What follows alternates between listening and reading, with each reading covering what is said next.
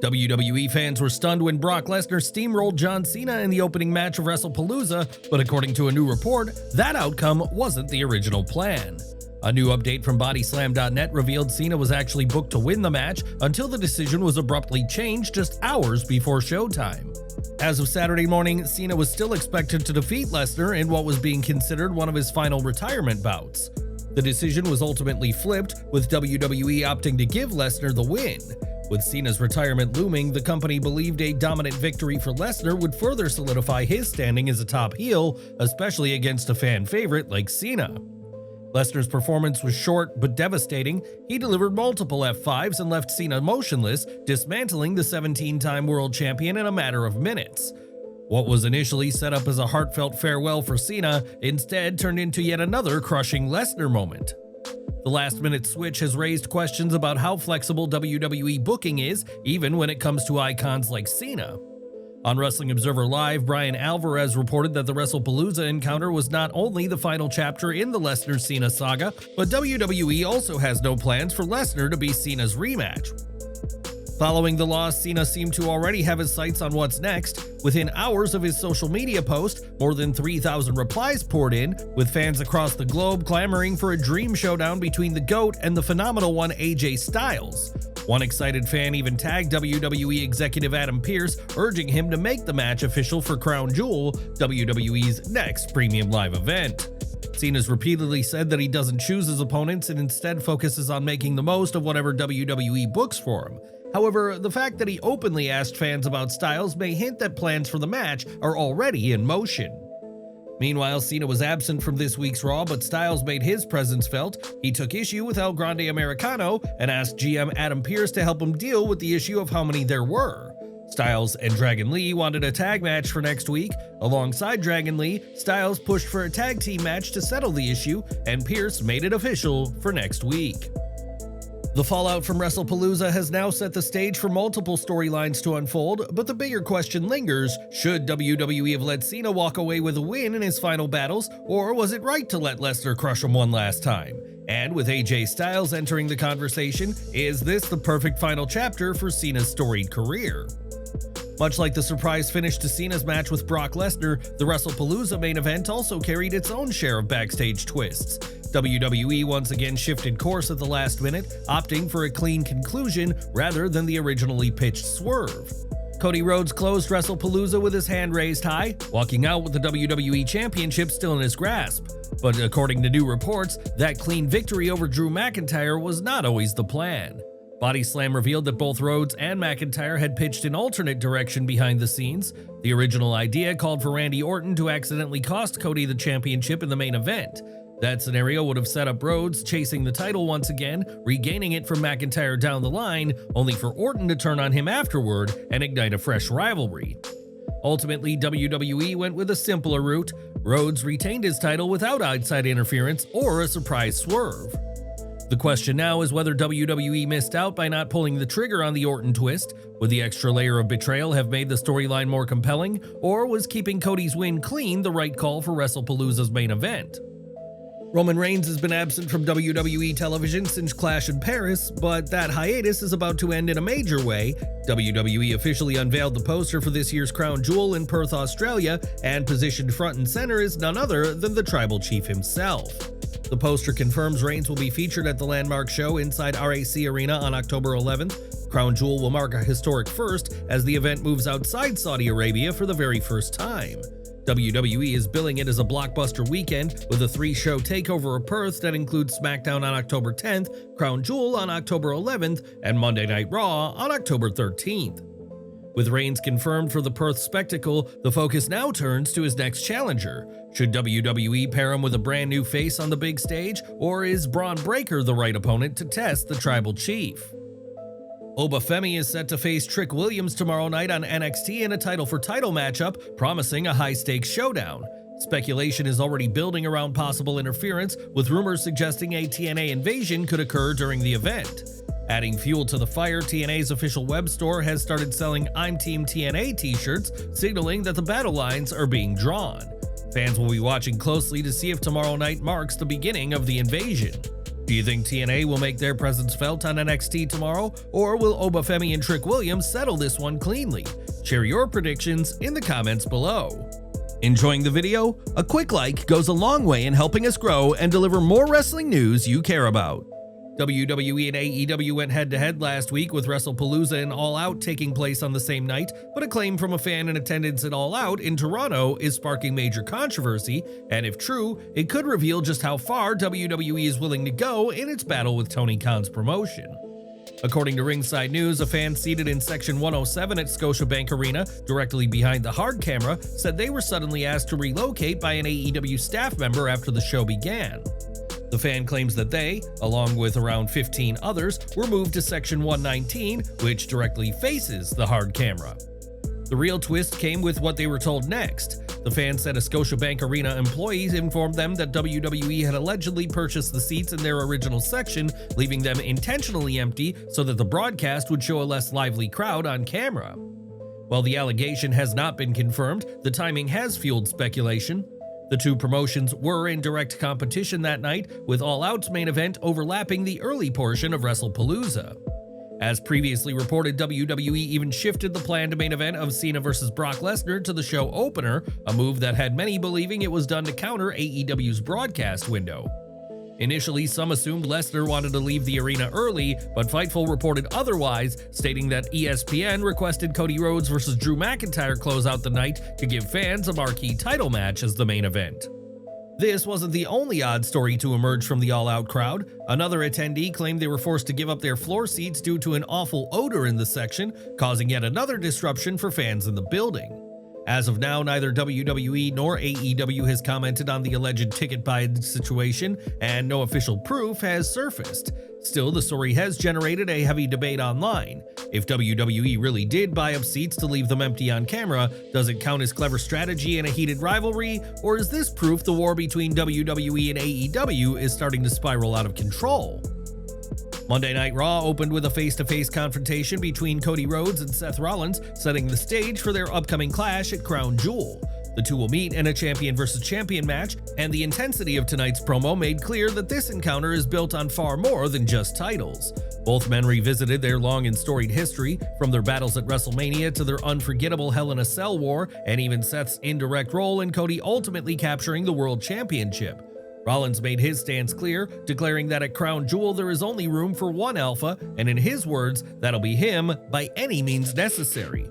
The implication of the Vision's involvement hung heavily over the exchange. Cody responded with pointed clarity, reminding Rollins that every time they've clashed, it's been man-to-man. He raised the question of whether Perth would truly be another one-on-one fight, or if outside forces would play a role this time. Rollins leaned into the mind games by showcasing the WrestleMania 40 watch gifted to him by Cody, a gift he also gave The Rock and Roman Reigns, using the moment to try and rattle his rival. The promo ran long, but for good reason. WWE leaned heavily into their shared history, ensuring newer fans understood the stakes, while longtime viewers were reminded of the depth behind this rivalry. With the Crown Jewel showdown looming, this segment underscored why the match feels inevitable, personal, and must-see. Eagle-eyed fans also noted that the Vision debuted a new logo, unique and striking in presentation, giving the faction a fresh identity heading into the next chapter. Backstage drama unfolded when Jimmy Uso confronted his brother, revealing that he had tried to line up a rematch with the Vision. Jey Uso dismissed him, making it clear that he already secured his own match against LA Knight. The exchange highlighted Jey's rising temper and manipulative edge, a shift in demeanor that strongly mirrors the peak heel run of Roman Reigns. Not long after, Jimmy sought out Cody Rhodes, asking him to step in and talk some sense to Jey. Cody obliged, pulling Jey aside for a serious conversation. Rhodes spoke from his own experience at the top, reminding Jey that he had tasted both victory and bitter defeat on WWE's biggest stages. Cody reassured him that he believed in his potential, and that message seemed to give Jey the extra confidence he needed heading into his match. Throughout the segment, Jey's eyes lingered on the WWE Championship, signaling where his true intentions lie. The bigger question now is whether a heel turn would be the path that ultimately positions him as the one to challenge Cody Rhodes for the title. Inside the ring, Jey delivered when it counted, scoring a win over LA Knight. The victory, however, came with controversy as Knight's focus was broken by a distraction from the Vision on the screen. Jey pounced instantly, showing no hesitation in capitalizing on the opportunity. His intensity carried beyond the finish, with Jay displaying visible anger toward the referee, a telling glimpse of the darker side taking over. The aftermath only deepened the story. Rather than standing alongside Jimmy to help fend off further attacks on Knight, Jay walked away, leaving his brother to deal with the fallout alone. Knight, meanwhile, continued to thrive as the resilient babyface, earning strong support from the crowd, while Jay's actions underscored his growing disconnect from both his brother and the fans. Jimmy Uso now functions as the moral compass of the Bloodline saga, grounding a story that has run for half a decade. But the spotlight is fixed squarely on Jay, whose inner conflict threatens to boil over. WWE's already confirmed that the Usos will meet Braun Breaker and Bronson Reed in a Tornado Tag rematch next week, a match that could be the tipping point where Jay fully embraces his heel turn. What do you think? Should Jay Uso pull the trigger on a full heel turn, or does WWE have something bigger in store for him? During one of the commercial breaks, WWE aired an interview with Paul Heyman conducted by Byron Saxton. Saxton directly asked whether Heyman's appearance in the corner of Brock Lesnar meant that he and Lesnar were back together. Heyman didn't give a straight answer. Instead, he deflected, responding with, "Yes, Seth Rollins will defeat Cody Rhodes at Crown Jewel." The evasive response kept fans guessing, turning the question around completely. WWE clearly leaned into the ambiguity, teasing the possibility without confirming anything outright. Elsewhere on Raw, the long-standing issues between the War Raiders and Penta and the union of the New Day and Grayson Waller were brought to a head in a no disqualification six-man tag that turned into a chaotic and exciting brawl. There were tons of exciting spots and a death-defying finish from Penta to wrap things up as he delivered an avalanche Mexican destroyer to Waller. It appeared to be dangerous and potentially fatal if not delivered properly, which added a great deal of drama. Hopefully this is the finale of the feuds though, despite how entertaining it was, because the rivalry is starting to feel a bit repetitive overall. Fresh from capturing the Women's World Championship in a match of the night encounter against Io Sky, Stephanie Vaquer met Adam Pearce for an in-ring promo during Raw this week. She thanked the fans for their support, as well as putting over her own desire and hard work. Vaquer also thanked her dad for being the greatest role model possible, as she said that "My fire will keep making history, and nobody, and I say nobody, can stop me." The segment led to Pearce confirming that Vaquer will face the champion from Smackdown at Crown Jewel, which will be determined by a title match this Friday, as Tiffany Stratton defends her gold against Nia Jax and Jade Cargill in a triple threat. Meanwhile, backstage, Asuka and Kairi Sane interrupted Rhea Ripley and Nikki Belair congratulating Vaquer, which led to Mommy challenging Asuka to a singles match. The two women squared off in the main event, with Asuka having an answer for everything that Mommy threw at her. She cut off Asuka's momentum and kept control of the match. However, Ripley's power and strength became too much as she countered and escaped Asuka's submission work, delivering a brutal senton off the apron onto her opponent on the floor. The ladies gained "This is awesome" chants from the stands, with Ripley and Asuka exchanging blows as the Eradicator delivered a massive superplex to add even more pain to the proceedings. Asuka ended up trying to cheat as she asked Kairi Sane to attack Ripley, but the Pirate Princess surprisingly refused to follow her orders, which led to an argument. That provided an opening for Ripley to get back into the match, but she quickly got caught in an ankle lock by Asuka, who showed her in-ring prowess, only for Ripley to fight out yet again. She blocked a cheap shot attempt from Sane and then watched the Kabuki Warriors crash into each other as she got a simple roll-up to bring to an end a dramatic back-and-forth encounter. Asuka wasn't pleased with the result though, as she sprayed Ripley with blue mist, but the post-match 2-on-1 attack of Ripley didn't last long as Io Sky made her way to make the save. She attempted to talk to Asuka and calm her down, but ended up eating a spinning back fist for her troubles, as she wasn't in the mood for conversation. Sane then joined in attacking Sky, although with some hesitation, as they left the two former world champions lying in the ring, beaten down to close out the show. It was a rare moment of vulnerability for Ripley, who doesn't get a lot of singles matches on television at this point due to her star power, but Triple H did a great job presenting this as something special, with the main event being the right call. More from Raw as Rusev once again confronted Dominik Mysterio, demanding an Intercontinental Championship match. The Bulgarian Brute had made the same demand a week earlier, and this time his intensity clearly rattled the champion. Flustered and under pressure, Dominik sought out the Judgment Day for support, especially Finn Balor.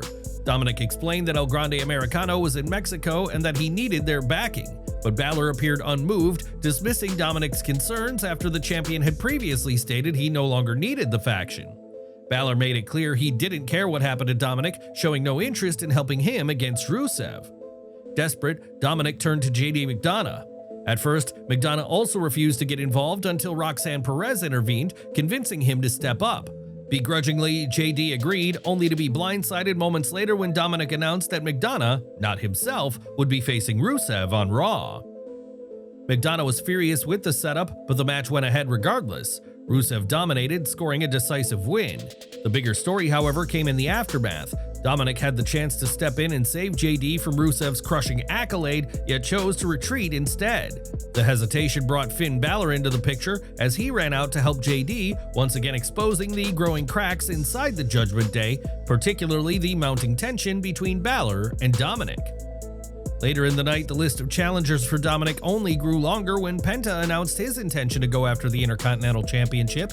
But before that can happen, WWE confirmed that next week on Raw, Dominik Mysterio will defend his title against Rusev in a one-on-one showdown. Do you think it's time for WWE to finally put the Intercontinental Championship on Rusev, or should Dominik continue holding on to the gold a little longer? And how would you like to see Penta introduced into this brewing feud? Share your thoughts in the comments below. While Dominik Mysterio's feud provides plenty of entertainment, the World Tag Team titles remain largely sidelined. Despite their history as one of WWE's championship prizes, the World Tag Team Championship often feels like a prop rather than a focus. Finn Balor and McDonagh captured the titles from the New Day on June 30th, yet they've only defended them once, against the LWO on July 28th. That's nearly 2 months without another title defense. Instead, Balor and McDonagh have primarily been used to further Dominik's storylines, leaving the belts stagnant. Teams like DIY, the Motor City Machine Guns, or the Street Profits could easily have crossed over from SmackDown to bring balance and give the titles more prominence. Each week that the championships remain idle, its prestige diminishes further. Do you think WWE should start giving the World Tag Team titles more focus, or are they fine being secondary in storylines? Sound off in the comments below. Elsewhere backstage, Valkyria attempted to apologize to Bayley for barging in and earning her wrath last week, but the role model didn't remember anything about it and insisted they were good, hinting at the split personality storyline that was originally introduced in those spectacular pre-taped videos. Bayley was then involved in a singles match against Roxanne Perez, with the younger wrestler targeting the knee of the Four Horsewomen throughout the match. Raquel Rodriguez also tried to interfere on behalf of Perez, but Valkyria opted to make the save, sending her into the ring post. Perez then attacked Valkyria, but then that sparked an aggressive side of Bayley. Bayley was enraged by Perez's decision and opted to deliver the rose plant on her opponent for the win, but her behavior continued to be strange afterward. Valkyria was excited by the result and tried to hug Bayley, but Bayley shoved her to the mat and said, "Think you can hug me? Do you know who I am? Stay out of it." The reaction showed a darker side of Bayley and led to her being booed, with her split personality storyline being something that WWE is obviously pushing here. She was full of smiles and hugs, but then, after the match ended, it was a return to her darker heel character that fans have seen before, blurring the lines of who she really is at this stage. Do you think WWE should fully commit to Bayley's darker heel persona again, or should she continue to play up the two-character dynamic? That was Raw for you guys. How'd you like it? Please share your feedback.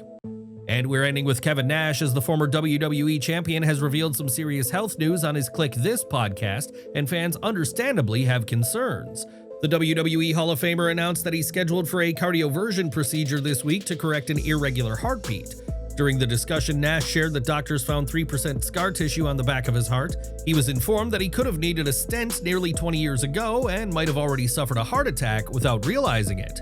Currently, the only issue is the irregular heartbeat, which doctors plan to correct by zapping his heart back into rhythm. Nash emphasized that he's staying proactive about his health.